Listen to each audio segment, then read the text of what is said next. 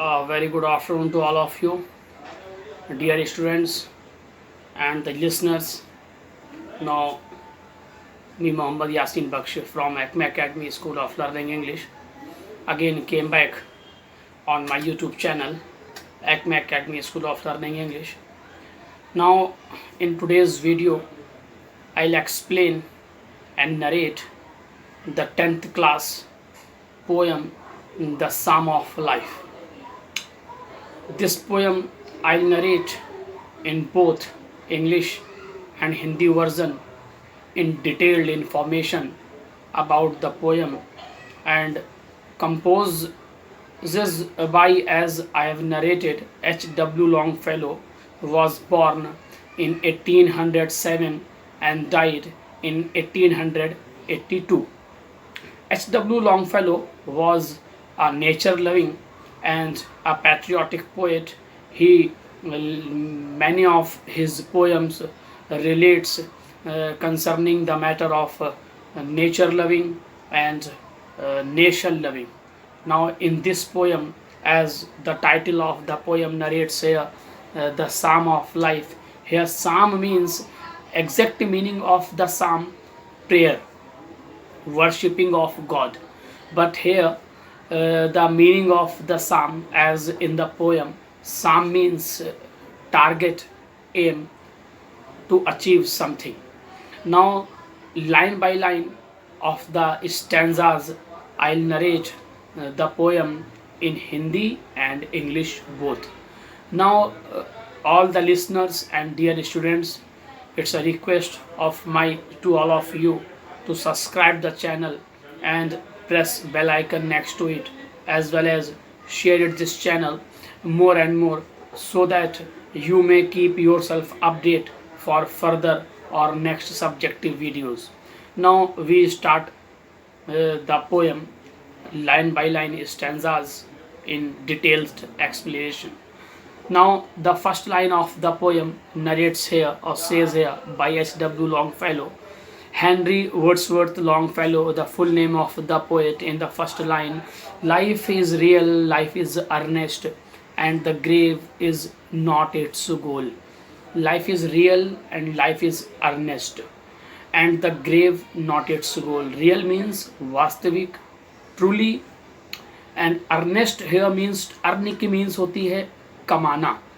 कमाने का sense when we should do work, after then we get something as a money amount, cash amount, or something other. Now in the second line, grave means qabr and goal means target or aim. Life is real, life is earnest. H.W. Longfellow says here, the meaning of life is truly, it's a permanent thing, and it is, life is earnest. The target of life just to gain something by doing hard work, and doing hard work again and again in a very tremendous or energetic manner to get something very special in life. And the grave is not its goal, as everyone knows that the death is an inevitable hour and no one can escape from it. But the target of life not to enter in heaven. Before entering in heaven, we all should do something new and better for the welfare of the society, for the welfare of the nation, and for the welfare of the earth. आइए अब बात करते हैं इन दो पंक्तियों की.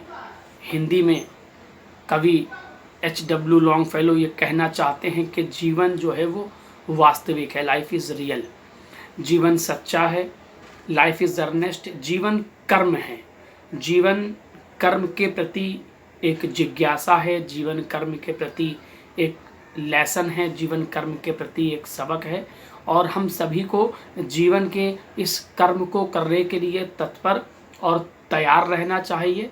हम सभी को इससे भागना नहीं चाहिए. Even the poet says here, we all should have to face the challenges of life in our life and just have to overcome from it.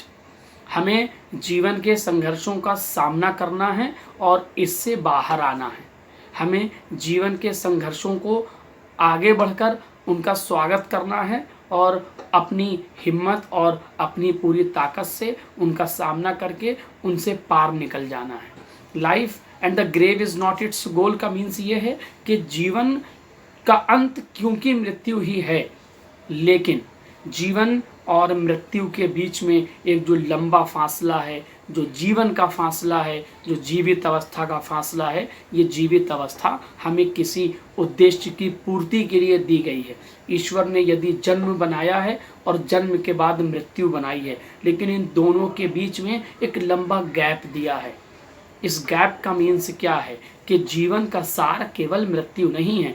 जीवन को सिर्फ मृत्यु की उम्मीद में कि मृत्यु आनी है, इस आस में नहीं गुजारना है, बल्कि मृत्यु से पहले जीवन का जो उद्देश्य है कि हमें बेहतर से बेहतर, श्रेष्ठ से श्रेष्ठ, अच्छे से अच्छा कर्म करना है, प्रकृति के लिए, अपने देश के लिए, अपनी सृष्टि के लिए और स्वयं के उद्धार के लिए, मनुष्य जाति के उद्धार के लिए हमारा उद्देश्य ये होना चाहिए कि ईश्वर ने हमें ये जो जीवन मनुष्य के रूप में प्रदान किया है, इसका हम कहीं ना कहीं बेहतर से बेहतर सदुपयोग करें और जीवन को एक उद्देश्य निर्धारित करके उस उद्देश्य की ओर अग्रसर हों। Next, in the third line of the poem, just do art to dust returnest and not spoken of the soul. Dust do art, every human being is made with the using of mud of the earth and to dust returnest, and each and everyone should have to depart from this impermanent world and just enter in heaven after getting death. Not spoken of the soul, but all these things, as in the third line H.W. Longfellow narrates or describes or says, but these all things should not be concerned or related to soul. कवि ये कहना चाहता है कि प्रत्येक मनुष्य जिसकी उत्पत्ति मिट्टी से, भूमि के एक अंश से हुई है, और प्रत्येक व्यक्ति इस पृथ्वी पर ही अपने शरीर को छोड़कर चला जाएगा और इस मिट्टी में ही वापस मिल जाएगा। डस्ट डू आर्ट यानी आपका निर्माण, every human being is made with mud of the earth and everyone should have to depart from this impermanent world to enter in heaven to get nirvana. प्रत्येक व्यक्ति इस संसार को छोड़कर जाएगा, शरीर जाएगा, as not spoken of the soul, लेकिन ये बात आत्मा के संबंध में नहीं कही गई है। As we all know very well that the soul is immortal and no one can tame the soul's speed और स्ट्रेंथ, इट्स परमानेंसी। कोई भी व्यक्ति की आत्मा जो है वो अमर है, प्रत्येक व्यक्ति की आत्मा अमर है और वो पृथ्वी के धूल में और मिट्टी में नहीं मिलने जा रही है। केवल हमारा जो शरीर है वो नश्वर है, वो पृथ्वी और पृथ्वी के अंश में कहीं ना कहीं जिससे वो निर्मित हुआ है उसमें मिल जाएगा। Now in the next fifth line of the poem, not enjoyment and not sorrow, it is our destined in our way. Not enjoyment and not sorrow, life is not for playing enjoyment, role of playing enjoyment and not for feeling sorrow. We all should not have to show pleasureness and not to feel uncomfort feelings towards the things, towards the moment, towards the surroundings, towards the nature, towards the behavior of others. Is it our destined in our way? Because nothing is permanent in this world and each and everyone should go to get its target or aim at next moment or next destiny. कवि H.W. Longfellow ये कहना चाहते हैं कि जीवन खुशियों और दुखों को व्यक्त करने का आधार नहीं होना चाहिए।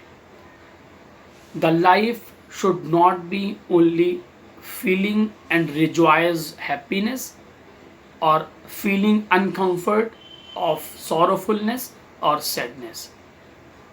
कवि ये कहता है कि वास्तविक जीवन जो है वो सिर्फ खुशियाँ मनाने का उद्देश्य और आधार नहीं है। वास्तविक जीवन केवल दुख प्रकट करने का, यदि हमारे जीवन में, यदि हमारे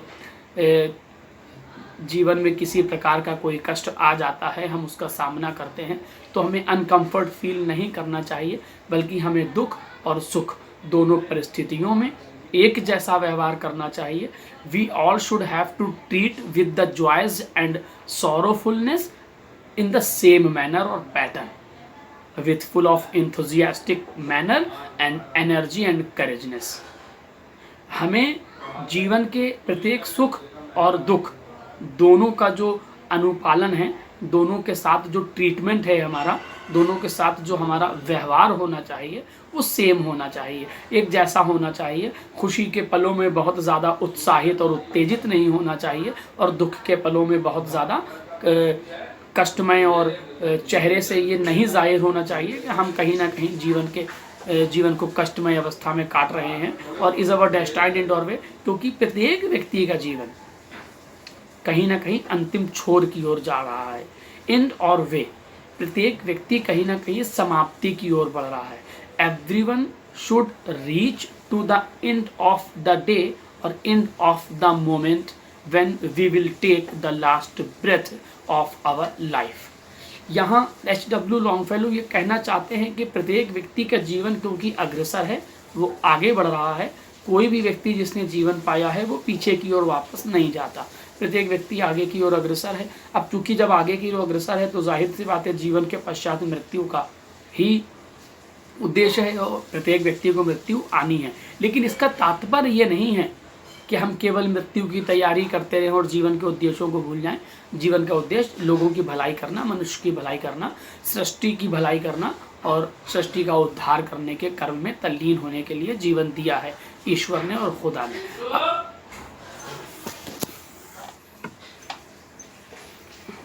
तो इस प्रकार से कवि H.W. लॉन्गफेलो ये कहना चाहते हैं कि क्योंकि जीवन का अंत मृत्यु है, खुशी का अंत दुख है, सुबह का अंत रात है, सूर्य का अंत चंद्रमा है, लेकिन इसका तात्पर्य ये नहीं है कि हम केवल समाप्ति को, चूँकि जीवन का अंत समाप्ति है, नाश है, इसलिए हम जो हैं वो दुखमय अवस्था में बैठे रहें, बल्कि हमारा ट्रीटमेंट दोनों के साथ एक जैसा हो और हम केवल कार्यरत रहें, केवल अग्रसर रहें, केवल स्फूर्ति के साथ, ऊर्जा के साथ, एनर्जी के साथ आगे बढ़ते रहें और अपने कर्म में तल्लीन रहें और अपने कर्म को करते रहें विदाउट रेस्टिंग और without eagerness of getting result in positive way और पॉजिटिव मैनर। नेक्स्ट कवि इन अगली पंक्तियों में in the next line of the poem just says here, but to act that each tomorrow finds us further than today, we all should do the work in next day in better way, when we should get a next day in our life, and it's a chance for ourselves to do something better because God has given us a new day to target a new orientation and destination and direction of our life. And next, finds us further than today, and we all should have to take a new step to get on the next stage of life, on the next success of life, on the next top of the life, in comparison of yesterday, in comparison of the past day. Whatever we have done in the last day, we all should have to do the things in better way for getting next day. कवि H.W. Longfellow इस कविता में और अन्य पंक्तियों में ये कहना चाहते हैं कि जब हमें जीवन का एक नया दिन पुनः प्राप्त हो, ये ईश्वर का धन्यवाद है, ये ईश्वर की कृपा है कि उसने हमें एक नई सुबह दी, उसने हमें एक नई स्फूर्ति दी, उसने हमें नई ऊर्जा प्रदान करी और हमें एक दिन का जीवन और प्रदान किया। इस जीवन के प्रदान करने पर हमें सर्वप्रथम तो ईश्वर का आभारी और कृतार्थ होना चाहिए, ईश्वर का धन्यवाद दें और सर्वप्रथम हम ईश्वर की, खुदा की पूजा अर्चना, उसकी इबादत करें और उसके पश्चात हम कल से बेहतर कार्यों में जुड़ जाएं। जो कार्य हमने कल किए थे उन कार्यों से कहीं ज़्यादा बेहतर, अच्छे और श्रेष्ठ कार्यों की ओर हम तल्लीन रहें और उन कार्यों को एक नया दिशा निर्देश देकर उन कार्यों की पूर्ति करें। इसलिए प्रत्येक दिन नया दिन होता है, तो प्रत्येक नए दिन में नए तरीके से कार्यों को अंजाम दिया जाना चाहिए। इसीलिए ईश्वर ने हमें एक नए दिन को प्रदान किया। In the next line, in the world's broad field of battle, in the bivouac of life. Bivouac means अस्थायी पड़ाव, impermanent stay. In this line, in the world's broad field of battle, all the world just doing the things to reach forward to everyone in comparison of others. Everyone just trying to get something better, something new success in comparison of others and in the bivouac life. But as we all know in better way that the life is a impermanent stay in this earth or world. There is no permanency of the life because the end of life is death. But we all should have to do the work as we all are doing the work in a competitive manner, in competitive feelings, having targeted the things in a competitive task or manner. We all should do the work to get something new and better, dynamic and decent and gorgeous and fabulous in comparison of others as they are doing work. We all should have to show the better way things and find in the bivouac of life, as we all know that the end of life is death and this life is a impermanent factor, impermanent thing. SW Longfellow इन पंक्तियों में ये कहना चाहते हैं कि जैसा कि हम सभी लोग ये जानते हैं कि जीवन वास्तविक रूप से जो है वो अस्थायी है, जीवन का कोई वास्तविक पड़ाव नहीं है, ये शॉर्ट टेम्पर है, ये एक शॉर्ट पीरियड है लाइफ का जो हमें जीवन रूप में प्राप्त हुई है और स्वर्ग के जीवन की अपेक्षा में ये जीवन शायद 1 या 2 दिन के बराबर का जीवन होगा, जैसा कि ईश्वरीय किताबों में अंकित है, जैसा कि वेदों में, जैसा कि पुराणों में, जैसा कि उपनिषद में, जैसा कि तमाम धार्मिक किताबों में अंकित है, जैसा कि गीता और कुरान में अंकित है। उसके अनुसार ये जो हमारी संपूर्ण जीवन का जीवन है ये 1 से 2 दिन का जीवन है स्वर्ग के जीवन के अपेक्षा में। लेकिन हमें इस जीवन में जितना भी लंबा हमारा जीवन हमको प्राप्त हुआ है, हम एक बैटल युद्ध की तरह, यानी हमें एक युद्ध की तरह तत्पर तैयार रहना चाहिए। युद्ध की तरह तैयार रहने का मीन्स है कि जब युद्ध होता है तो हम अपनी स्फूर्ति, अपनी ताकत, अपनी पूरी क्षमता लगा देते हैं युद्ध को जीतने में। यह कहने का तात्पर्य SW लॉन्गफेलो को यह है कि हमें अपनी पूरी क्षमता लगा देनी है, हमें अपनी पूरी ताकत का मुजाहिरा कर देना है, हमें अपनी पूरी ताकत स्पेंड कर देनी है अपने जीवन के उद्देश्यों को प्राप्त करने में। हम जीवन को एक युद्ध मानकर चलें और इस जीवन के युद्ध में हमें कैसे जीतना है, ये जो हमारा शेड्यूल होगा, जो हमारी प्लानिंग होगी, इस पर निर्भर करता है, इस पर डिपेंड करता है। All the things should be dependent on the planning and the schedule of ourselves what we have made in our life to do the things. और SW लॉन्गफेलो जैसा कि ये बता रहे हैं कि लाइफ इज इम्परमानेंट, जीवन जो है वो वास्तविक नहीं है, स्थिर नहीं है। उद्देश्य तो वास्तविक जीवन का मृत्यु ही है, अंत तो मृत्यु ही है, लेकिन मृत्यु से पहले चूंकि जब जीवन प्राप्त हुआ है, जीवन मिला है, तो जीवन को एक युद्ध में जैसे कि एक सिपाही लड़ता है अपनी पूरी स्फूर्ति और ऊर्जा के साथ, हमें अपने जीवन के प्रत्येक उद्देश्य को उतनी ही स्फूर्ति और ऊर्जा के साथ पूरा करना है और उस उद्देश्य को पाना है। जीवन के समाप्त होने से पहले और मृत्यु के आ जाने से पहले हमें अपने उद्देश्य की प्राप्ति कर लेनी है। हमारा उद्देश्य है क्या, ये हमें तय करना पड़ेगा। ये SW लॉन्गफेलो कहना चाह रहे हैं। नेक्स्ट SW लॉन्गफेलो कह रहे हैं कि be not like dumb driven cattle, be a hero in the strife. Be not like dumb driven cattle, don't follow the common things of the common people.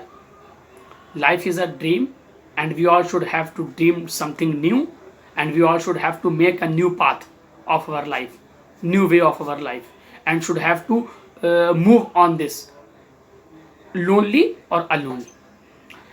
Next, be a hero of a strife. Just make a hero of yourselves, of your life, and face the challenges whatever you have faced in your life, and just feel it in a very enthusiastic manner. कवि H.W. Longfellow ये कहना चाह रहे हैं कि साधारण लोगों की श्रेणी में मत आइए, साधारण लोगों की तरह साधारण रास्तों पर मत चलिए, और साधारण लोगों को फॉलो मत करिए, उनका अनुसरण मत करिए, उनके पीछे मत भागिए, क्योंकि साधारण लोग जैसा कर रहे हैं और आप साधारण नहीं हैं, आप तो मनुष्य हैं। आपको ईश्वर ने दिमाग दिया है, बुद्धि दी है, सोचने समझने की क्षमता दी है। Every human being has a power what is right and what is wrong. हमें ये क्षमता प्राप्त है। इस पृथ्वी पर मनुष्य के अलावा ये क्षमता किसी को भी प्राप्त नहीं है कि वो सोच सके कि क्या सही है और क्या गलत है।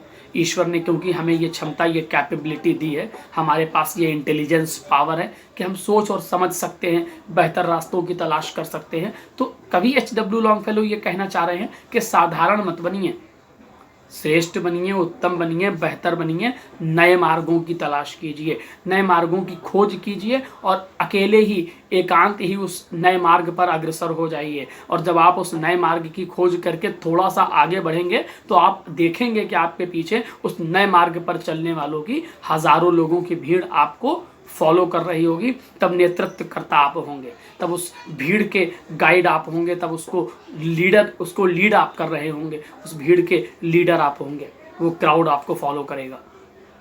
ये कहना चाह रहे हैं H.W. लॉन्गफेलो। और ये कह रहे हैं कि be a hero in a strife, और just make yourself a hero of your struggling period.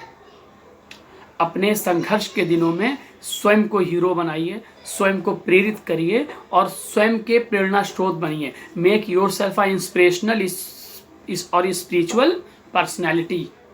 खुद को आध्यात्मिक बनाइए और खुद को इंस्पिरेशनल बनाइए। लोगों से प्रेरणा ज़रूर लीजिए, बड़े व्यक्तियों से, श्रेष्ठ व्यक्तियों से, संसार के महान व्यक्तियों से आदर्श प्राप्त कीजिए, लेकिन खुद को प्रेरणा बनाइए। अपनी प्रेरणा के लिए खुद अग्रसर होइए और अपने जीवन का खुद एक अच्छा और श्रेष्ठ हीरो बनकर संघर्षों का सामना करके, उनको चुनौतीपूर्ण स्वीकार करके और उनको हराकर विजयी दिशा की ओर आगे बढ़िए। ये कहना चाह रहे हैं H.W. लॉन्गफेलो। नेक्स्ट कह रहे हैं कि let us then be up and doing with a heart for any fate without waiting of the result in positive way, or without waiting that we all should reach to the destiny or the direction of our success. We should have to do the work only. Let us then be up and doing, and we should have to devote our whole time, even a single second we all should have to devote in doing work with full of capability or strength what we have, what God gave us. Let with a heart for any fate, and don't wait of the result, don't wait of the things, don't wait that the right moment should come, the right things should come in your way, then you will start the things. कवि ये कहना चाह रहा है कि जीवन के प्रत्येक क्षण को, यहाँ तक कि एक एक सेकंड को अपने उद्देश्य की पूर्ति करने में लगा दीजिए, और रिजल्ट की प्रतीक्षा मत करिए, परिणाम की चिंता भी मत करिए, परिणाम के बारे में भूल जाइए। केवल कार्य में तल्लीन रहिए, कार्य की ओर अग्रसर रहिए, नए मार्गों की खोज करके आगे बढ़ते रहिए। जब आप नए कार्यों की और नए उद्देश्यों की खोज करके आगे बढ़ते रहेंगे तो जाहिर सी बात है कि आपको कहीं ना कहीं कोई ना कोई रिजल्ट तो मिलेगा ही, लेकिन रिजल्ट की प्रतीक्षा में, परिणाम की प्रतीक्षा में आपको रुकना नहीं है, आपको थमना नहीं है, आपको विश्राम नहीं करना है, बल्कि जीवन का प्रत्येक क्षण डिवोट कर दीजिए, समर्पित कर दीजिए अपने कार्यों की और उद्देश्यों की पूर्ति के लिए। और in the next last two lines of the poem the sum of life, H.W. Longfellow narrates or describes here, still achieving, still pursuing. As you just get the things in your way, in your life, get success, but don't stop the things, don't stop the doings, don't stop the work. Having achieved the success, you should have to make a new way or new path to do the new things for getting a new orientation or direction. Learn to labor and to wait, and just in each and every single second try to do the work in new way, in innovative way, with full of energy and courageousness, and don't wait the things, and don't satisfy what you have gained in your life. Just do the things in new way. कवि H.W. Longfellow अंतिम 2 पंक्तियों में ये कहना चाहते हैं कि प्राप्त करते रहिए और आगे बढ़ते रहिए। जिन चीज़ों को आपने जीवन में प्राप्त कर लिया है तो संतुष्ट मत हो जाइए कि मैंने तो सब कुछ पा लिया है, अब मुझे कुछ पाने की इच्छा नहीं है, क्योंकि जीवन जब तक है जब तक कर्म करना है। जीवन कर्म करने के उद्देश्य की पूर्ति के लिए ही मिला है, इसलिए जीवन के प्रत्येक क्षण में कर्म करते रहिए, सफलताओं को अर्जित करते जाइए, लेकिन नई सफलताओं के राह को और मार्ग को खोलते भी जाइए, आगे बढ़ते जाइए, नए रास्तों की खोज करके नई सफलताओं की ओर अग्रसर होइए। स्टिल परसुइंग, लगातार कार्य में तल्लीन रहिए। लर्न टू लेबर, प्रयास कीजिए नई चीज़ों को सीखने का, जो आज तक आपने नहीं किया है उन कार्यों को करने का प्रयास कीजिए जो आज तक आपने नहीं पाया है। यहाँ तक कि आपने बहुत कुछ पा लिया है, बहुत सफलताएं अर्जित करनी हैं, लेकिन कुछ तो ऐसी चीज़ें होंगी जो अभी आपसे दूर हैं, जिनको आपने प्राप्त नहीं किया है, जिनके लिए आपने प्रयास नहीं शुरू किया है। उन चीज़ों की ओर अग्रसर होइए एंड टू वेट, और इंतज़ार कीजिए जब आपकी बारी आए, जब आपका नंबर आए। When the turn off you have, you all should have devote your self and your every single second to get it and to do it। आप अपने जीवन के प्रत्येक क्षण को इस कार्य को करने में और नई सफलताओं को अर्जित करने में तल्लीन कर दीजिए। आप सभी छात्रों को इस वीडियो को सुनने के लिए, इस चैनल को सब्सक्राइब करने के लिए और इसको ज़्यादा से ज़्यादा शेयर करने के लिए मैं अनुरोध करता हूं, और आप सभी को सप्रेम नमस्कार और